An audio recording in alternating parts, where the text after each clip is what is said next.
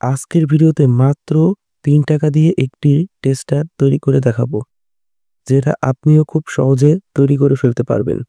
এই টেস্টার দিয়ে speaker, electronics তার এবং কয়েল নষ্ট নাকি ভালো টেস্ট করতে পারবেন।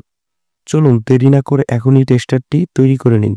টেস্টারটি তৈরি করার জন্য 3.7 ভোল্টের একটি ব্যাটারি লাগবে ও একটি 5 mm এলইডি লাইট এবং একটি রেজিস্টর 1K ওহম।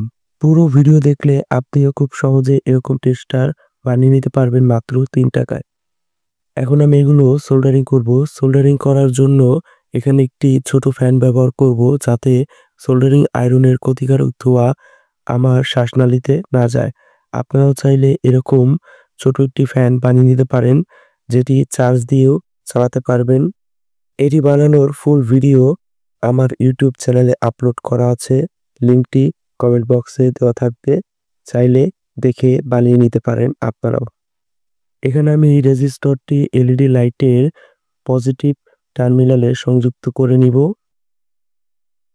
আর অপর প্রান্তটি ব্যাটারির পজিটিভ প্রান্তে সংযুক্ত করে নিব। বাকি থাকবে এলইডির নেগেটিভ প্রান্ত এবং ব্যাটারির নেগেটিভ প্রান্ত। এই দুই প্রান্তে দুইটি তার সোল্ডারিং করে যে কোনো কয়েল, স্পিকার এবং ছিঁড়া তার টেস্ট করা যাবে।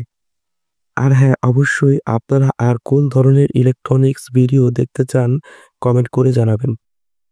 সোল্ডারিং করা শেষ। এখন দেখতে পাচ্ছেন এলইডির নেগেটিভ এবং ব্যাটারির নেগেটিভ একসাথে করলে লাইট জ্বলে উঠছে। এখন এটি আমরা ভালোভাবে কসটিপ দিয়ে সেট করে দিব। আপনারা আরো ভালোভাবে বোঝার জন্য এই ডায়াগ্রামটি দেখতে পারেন।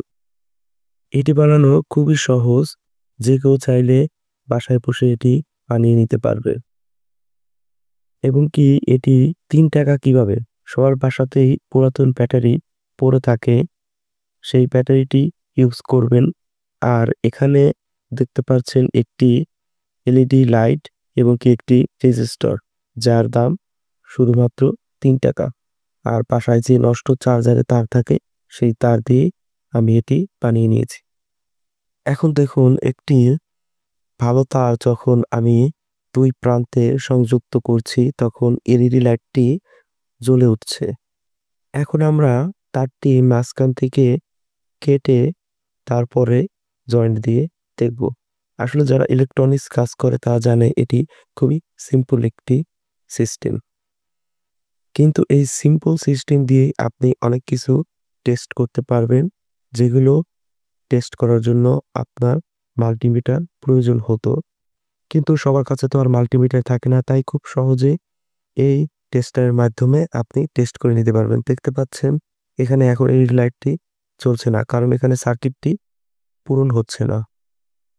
এখন আমরা একটি মোবাইল ফোনের স্পিকার টেস্ট করে দেখব। স্পিকারটি টেস্ট করার জন্য ব্যাটারির নেগেটিভ এবং এলইডির নেগেটিভ স্পিকারে সংযুক্ত করতে হবে। এখানে লাইটটি জ্বলে উঠছে, তার মানে স্পিকারটি ভালো আছে।